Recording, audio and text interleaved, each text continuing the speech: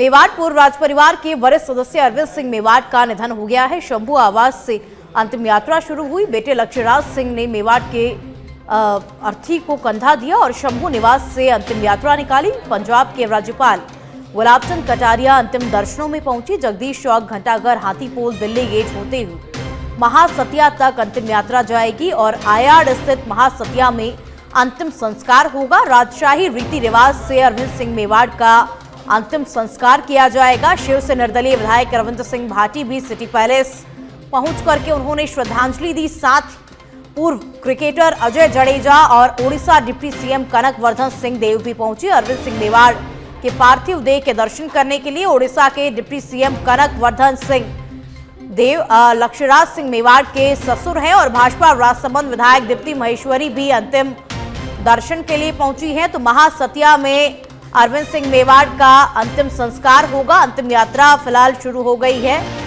और कुछ ही देर में अंतिम संस्कार भी होगा। तो अंतिम सफर पर अरविंद सिंह मेवाड़, देखिए इस वक्त मेवाड़ क्षेत्र में शोक की लहर छाई हुई है और लंबे समय से अरविंद सिंह मेवाड़ जो है बीमार चल रहे थे और बीमारी के चलते कल 16 मार्च को सुबह उनका निधन हो गया था। उनके निधन की खबर के बाद से ही पूरे मेवाड़ क्षेत्र में शोक की लहर छाई हुई है। और अधिक जानकारी के साथ ब्यूरो चीफ धीरज रावल फोन लाइन पर जुड़ चुके हैं। धीरज, अंतिम यात्रा की शुरुआत अभी हो गई है। अंतिम यात्रा अभी कहां पहुंची है?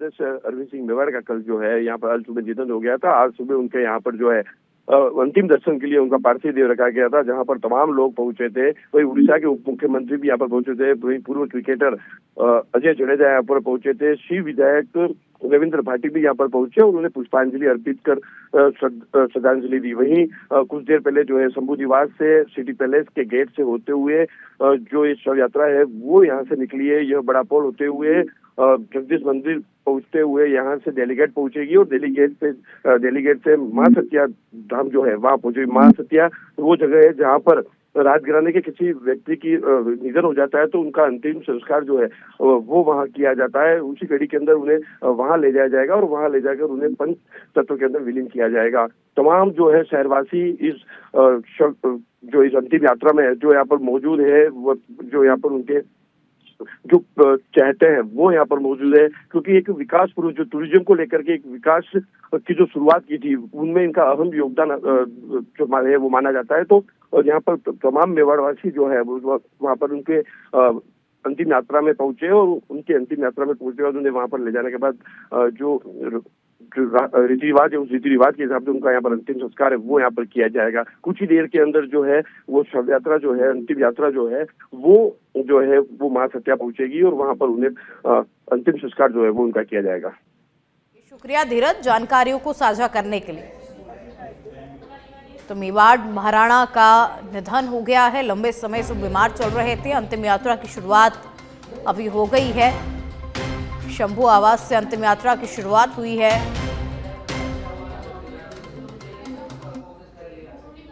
महिला कांग्रेस के राष्ट्रीय अध्यक्ष अलका लांबा ने सचिन पायलट से मुलाकात की है। अलका लांबा ने सचिन पायलट के जयपुर निवास पर उनसे मुलाकात की और मुलाकात के दौरान दोनों के बीच राजनीति से जुड़े विभिन्न मुद्दों पर चर्चा हुई है।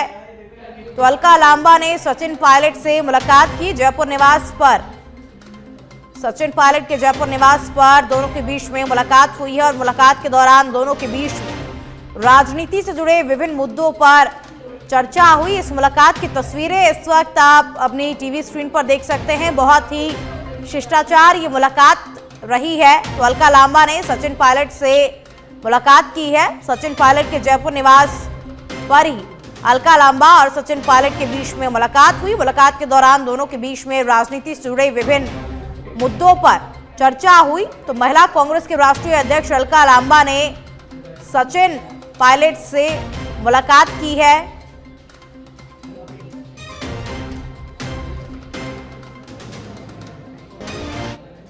और चलिए अब जयपुर से खबर आपको बता दें। राज्य में अवैध खनन के मामले में सीबीआई को स्वतंत्र छूट। राजस्थान हाईकोर्ट ने सीबीआई को कहा कि जो उचित हो वही करे, लेकिन अवैध खनन के मामले में स्पष्टता सामने आए। और सीबीआई के संयुक्त निदेशक राजस्थान हाईकोर्ट में पेश हुए। सीबीआई निदेशक ने हाईकोर्ट में पेश होकर बताया कि राज्य सरकार की मशीनरी जो है वो सपोर्ट नहीं कर रही है। खान विभाग, ट्रांसपोर्ट विभाग और स्थानीय प्रशासन सपोर्ट नहीं कर रहा है। सीबीआई के जवाब पर हाईकोर्ट ने, माफ कीजिएगा, सीबीआई के जवाब पर हाईकोर्ट ने अहम आदेश दिए। अवैध बजरी खनन के मामले में जो करना है वो करें। बजरी माफिया के खिलाफ जांच से जुड़ा ये पूरा मामला आपको बता रहे हैं। राज्य में बजरी माफिया और अवैध बजरी खनन के करीब 416 मामले दर्ज है। तो राज्य सरकार की मशीनरी जो है वो भी सपोर्ट नहीं कर रही है और खान विभाग, ट्रांसपोर्ट विभाग और स्थानीय प्रशासन जो है वो भी सपोर्ट नहीं कर रहा है। और अब खबर दौसा से है, जहां कांग्रेस नेता सचिन पायलट दौसा जिले के दौरे पर रहे। दौरे के दौरान सचिन पायलट ने मीडिया से रूबरू होते हुए प्रधानमंत्री नरेंद्र मोदी के पॉडकास्ट पर तंज कसा है। सचिन पायलट ने कहा कि प्रधानमंत्री प्रेस कॉन्फ्रेंस में मीडिया के सवालों का जवाब देने में सहज नहीं होते, लेकिन अमेरिकी पॉडकास्ट को 3 घंटे का इंटरव्यू देने के लिए वो तैयार हो गए। उसमें सरकार के परफॉर्मेंस आपने देखी और स्पीकर महोदय ने कई बार कोशिश करी मंत्रियों को बचाने की, बावजूद उसके कोई संतोषजनक जवाब सरकार दे नहीं पा रही थी। और न सिर्फ विपक्ष के सवालों पर, लेकिन सत्ता पक्ष के विधायक सवाल पूछते हैं, उसका भी कोई ढंग से प्रमाण के साथ संतोषजनक जवाब अधिकांश मंत्री दे नहीं पा रहे थे। सरकार की तैयारी नहीं थी और साल भर से जो दावे किए थे, घोषणाएं की थी, आश्वासन दिए थे, उनको धरातल पर कारगर तरीके से उतार नहीं पाई सरकार। ये हम सब जानते हैं। इन 12-14 महीने में सिवाय खिंचाव के, टकराव के, सत्ता में असमंजस की स्थिति पैदा हुई है। और मुख्यमंत्री कुछ भी बोलें, लेकिन उनका जो मंत्रिमंडल है, उनकी जो अफसरशाही जो हावी है, वो जग जाहिर है। ये सब देख चुके हैं। इसलिए हम लोग तो लगातार सरकार से जवाब मांगेंगे। विपक्ष में हम लोग हैं, लेकिन कांग्रेस पार्टी सदन के अंदर, सदन के बाहर सक्रिय रूप से काम कर रही है। और कल हम लोगों ने मीटिंग करी है प्रदेश कांग्रेस कमेटी की, वहाँ पे प्रस्ताव पारित किया है। जिलों का सीमाओं में कुछ हम बदलाव करना चाह रहे हैं, कुछ अध्यक्ष और बनाना चाह रहे हैं। तो सब पर मुझे लगता है संगठन को और ताकत मिलेगी सब काम करने से, और मजबूती से हम लोग काम कर रहे हैं। कल हमारी एक मीटिंग है अखिल भारतीय कांग्रेस कमेटी के जो महासचिव हैं खड़गे जी और राहुल जी के साथ। और देश भर में 2025 संगठन का साल है और इसको खड़गे जी ने कहा है, राहुल जी ने कहा है, अगले 9-10 महीनों में पूरे देश में संगठन को और तीव्रता देने के लिए मजबूती।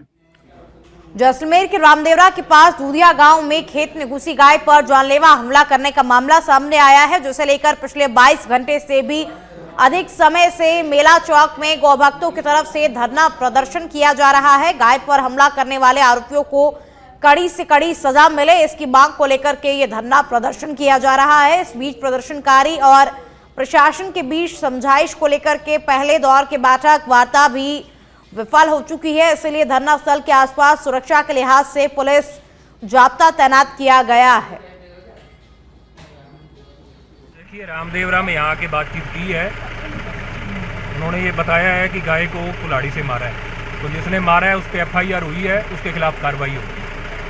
लेकिन वो सही बात पे नहीं आ रहे हैं। मैं उनको ये कहना चाहता हूँ कि मामले को कम्युनलाइज ना करें। गाय को मारा है वो इंसान है, वो हिंदू हो, सिख हो, कोई भी हो, उसको सज़ा उतनी मिलेगी। उसके गैर हिंदू होने से या ना हिंदू होने से सज़ा कम ज़्यादा नहीं होती। तो मुद्दे पे रहें। मुद्दा ये है, गाय को जिसने मारा है उसको सज़ा मिलेगी। और दूसरा मुद्दा है, अगर किसी ने आदमी को मारा है तो वो अलग केस चलेगा। लेकिन मेरे को लगता है ये बात समझना नहीं चाहते हैं, तो इनसे गुजारिश यही है कि मामले को समझ जाएँ। देश में कानून का राज है, किसी व्यक्ति का राज नहीं है। सुबह से बैठे हैं, लेकिन गौ माता के न्याय की एक भी बात नहीं हुई। नायब तहसीलदार साहब आए, थानाधिकारी आए और तहसीलदार साहब ने हमें बुलाया, लेकिन हम वहाँ चौकी में नहीं गए। जो भी बात होगी समस्त गौ भक्तों के बीच में होगी। तहसीलदार साहब आए, एक नया ही मैटर तैयार करके लाए हैं कि आप लोगों ने आगे सामने वाली पार्टी का 2 पक्षों में से किसी की भिड़ंत हुई, लड़ाई हुई और उसका सिर फोड़ दिया। हमने कहा साहब मेडिकल हुई क्या? हाँ हुई। मेडिकल मांगी तो बोली अभी तक नहीं हुई है। नया टूल लगा रहे हैं। मैं SDM साहब से, नायब तहसीलदार साहब से, इन दोनों की बातों में 1% भी सत्यता नहीं है। आज को गौ माता रे हाथे हमलो होयो, गौ माता ने इलाज रे वास्ते श्री करणी गौ सेवा समिति री गो रथ है जो को इन्हें लेन आयो। आज अठे मैं गौ भक्तों रो बहुत आभार व्यक्त करना चाहूँ कि खूब सारे तादाद रा प्रत्येक गाँव दूर दूर रे गाँव रा गौ भक्त अठे पधारिया। लेकिन अठे SDM साहब एक नज़दीकी जटे पोखरण में हा, लेकिन हमारी नींद को नहीं खुली साहब। क्षमा करना कहना पड़ी कि वो लोग सुबह आज मैं जल्दी आज 5 घंटा मैं अठे बैठा, एसडीएम साहब आया कोनी और जिनटे माटे आया उमारा भाव गौ माता रे प्रति बिल्कुल कोनी। हाँ, गौ माता अठे दर्दू करावती गाड़ी रे मायने बैठी साहब, वहाँ एसडीएम साहब एक प्रशासन अधिकारी है, एक तहसीलदार कलेक्टर महोदय है, लेकिन हमारी हिम्मत को नहीं हुई कि इन गौ माता रा दर्द देख ले। उमारो सिर्फ और सिर्फ एक ही भाव है कि ये लोग कोई दोषी है जगह ने सजा मिली, सजा किन तरीके में मिली वो कोई। झुंझुनू जिले में 18 मार्च से शुरू होने वाले वयस्क टीबी वैक्सीनेशन अभियान से पहले आज जागरूकता रैली का आयोजन किया गया। जागरूकता रैली शहीद स्मारक से शुरू होकर गांधी पार्क तक निकाली गई और जागरूकता रैली को जिला कलेक्टर रामावतार मीणा और सीएमएचओ डॉक्टर छोटेलाल गुजर ने हरी झंडी दिखाकर के रवाना किया। रैली के जरिए नर्सिंग छात्राओं और स्वास्थ्य कर्मियों ने आमजन को टीबी मुक्त राजस्थान का संदेश देते हुए वैक्सीनेशन के लिए जागरूक किया।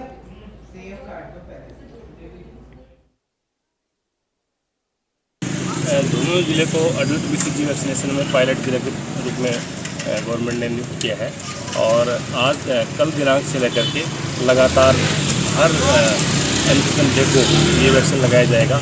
हमारे ज़िले में सब सेंटर से लेके PHC, CHC, district hospital, SDS सभी बेटी का जिले को टीबी मुक्त करने के लिए ये चेतना रैली निकाली जा रही है और संपूर्ण जिले में बीसीजी का टीका रेगुलर लगाया जा रहा है।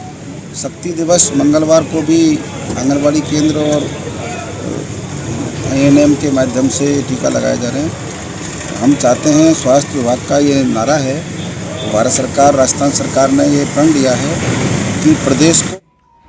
मुख्यमंत्री भजनलाल शर्मा मानसरोवर स्थित डॉक्टर दीपक महेश्वरी के घर पहुंचे और दांतों के उपचार को लेकर डॉक्टर नीलम महेश्वरी को मुख्यमंत्री भजनलाल शर्मा दिखाने के लिए आए हुए हैं। एसएमएस अधीक्षक दीपक महेश्वरी की पत्नी नीलम महेश्वरी है और बिना किसी जानकारी के मुख्यमंत्री भजनलाल शर्मा उपचार के लिए उनके पास पहुंचे और जानकारी के बाद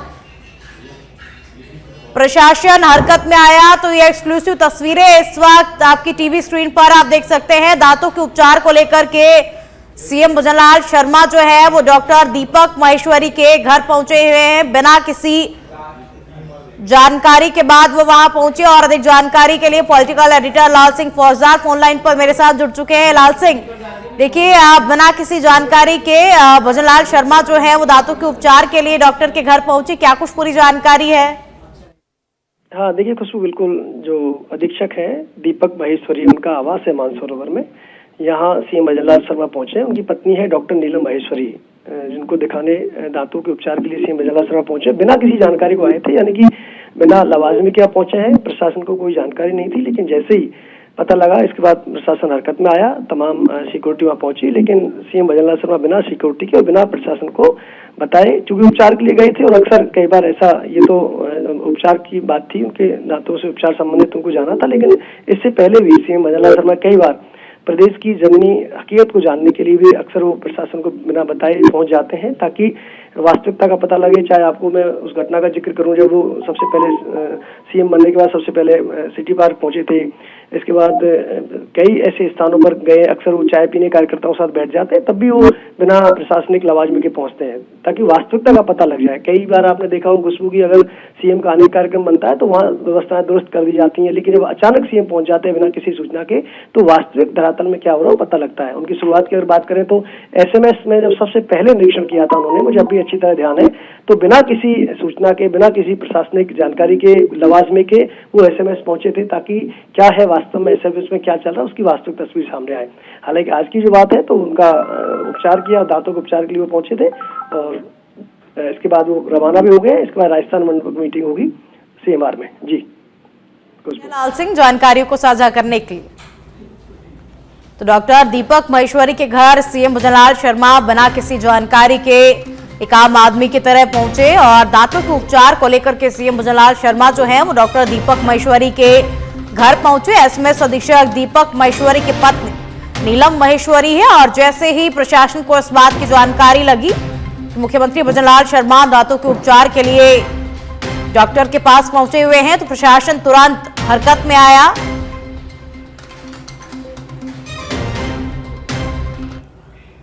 बीकानेर के नोखा से खबर अब आपको बता दें, पिकअप गाड़ी में आग लग गई है और कातर से नोखा ये पिकअप गाड़ी आ रही थी। आगजनी की सूचना पर नगरपालिका की दमकल और पुलिस मौके पर पहुंची। शॉर्ट सर्किट के चलते आग लगने का अनुमान जताया जा रहा है। नोखा के हिम्मत सर गांव के पास की पूरी घटना बताई जा रही है। तो पिकअप गाड़ी में आग लग गई है। कातर से नोखा ये पिकअप गाड़ी आ रही थी। नगरपालिका के दमकल और पुलिस मौके पर पहुंची हुई है। आगजनी की सूचना पर नगरपालिका के दमकल भी पहुंची।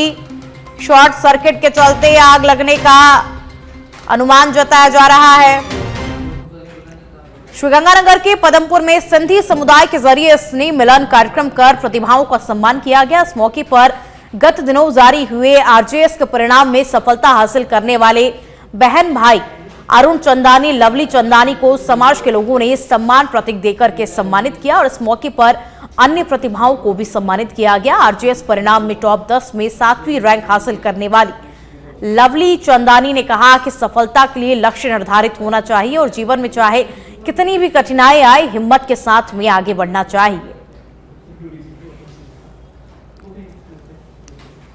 तो आरजेएस में चयन होने के लिए इन्हें सम्मानित किया गया। सिंधी समाज का स्नेह मिलन कार्यक्रम पारब्रह्मा देव मंदिर में ये कार्यक्रम हुआ। तो समाज की प्रतिभाओं को सम्मानित किया गया और देखिए सम्मानित किया भी जाना चाहिए।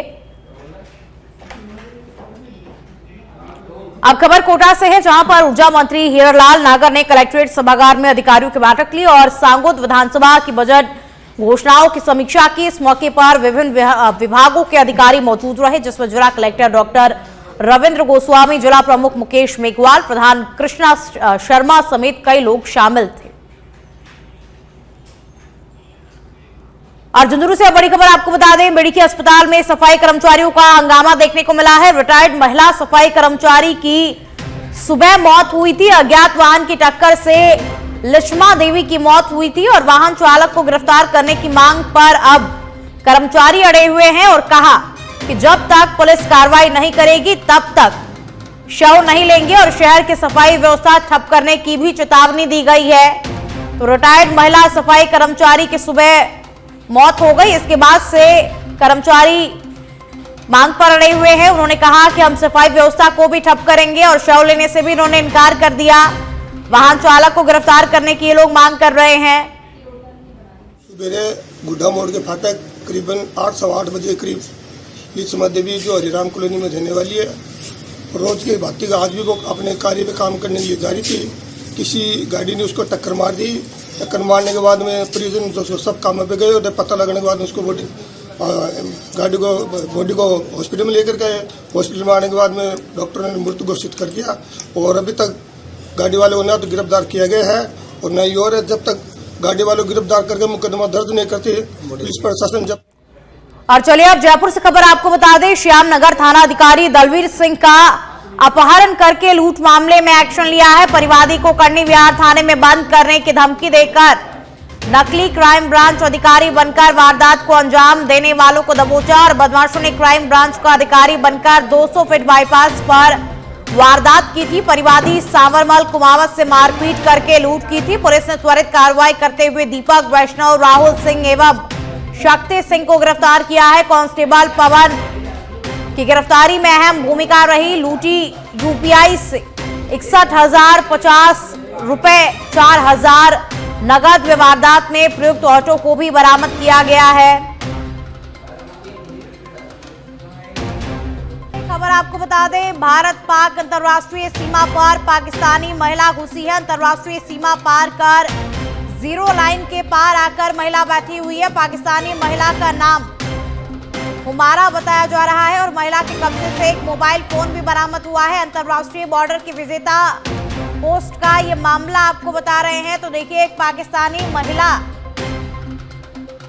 बॉर्डर पर बैठी हुई है। महिला के कब्जे से एक मोबाइल फोन भी बरामद हुआ है। भारत पाक अंतर्राष्ट्रीय सीमा पर पाकिस्तानी महिला घुस गई है। जीरो लाइन के पार आकर के ये पाकिस्तानी महिला बैठी हुई है। महिला का नाम हुमारा बताया जा रहा है। तो अनूपगढ़ से इस वक्त ये खबर आपको बता रहे हैं। भारत पाक अंतर्राष्ट्रीय सीमा पर पाकिस्तानी महिला घुस आई है। जीरो लाइन के पार आकर के ये पाकिस्तानी महिला इस वक्त बैठी हुई है अंतर्राष्ट्रीय सीमा पार कर जीरो लाइन के पास।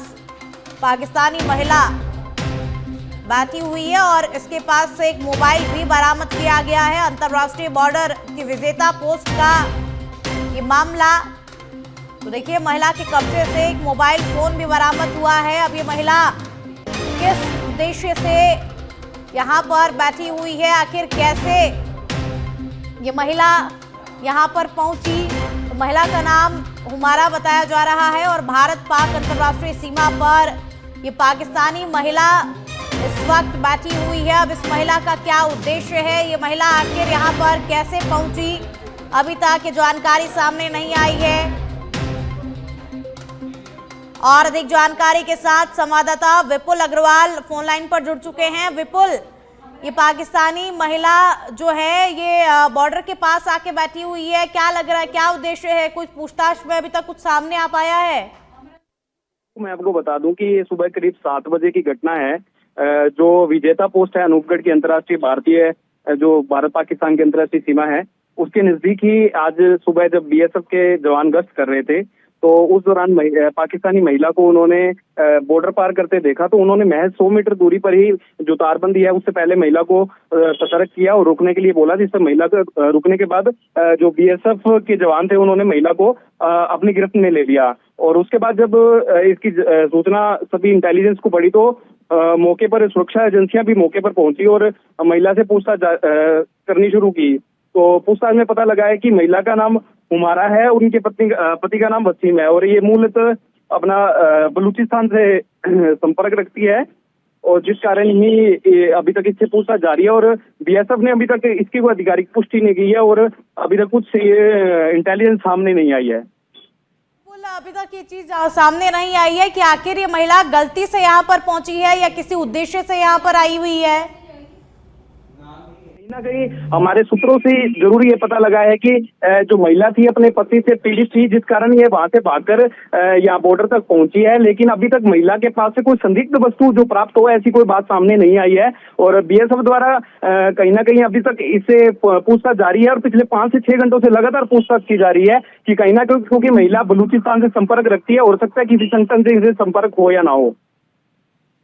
इससे पहले भी देखिए जिस तरीके से सीमा हैदर भी अपने पति से परेशान होकर के भारत आई थी और ये महिला, अब आप बता रहे हैं कि ये महिला भी अपने पति से पीड़ित है और अब भारत के बॉर्डर पर ये पहुंची हुई है। जी खुशबू, देखिए अभी तक हमारे सूत्रों ने यही बताया है कि महिला कहीं ना कहीं अपने पति से कहीं पीड़ित चल रही थी काफी समय से, जिस प्रकार वो मतलब कि बिना कुछ सोचे समझे बॉर्डर की ओर भाग आई। उसका कोई अभी तक मंशा ऐसी सामने नहीं आई है क्योंकि अभी तक कोई भी ऐसी संदिग्ध वस्तु जो कि महिला से प्राप्त नहीं हुई है। तो अभी यह कहना जल्दबाजी होगी कि महिला का कोई मकसद था इस बॉर्डर को पार करने का। जी फिलहाल के लिए शुक्रिया आपका जानकारियों को साझा करने के लिए।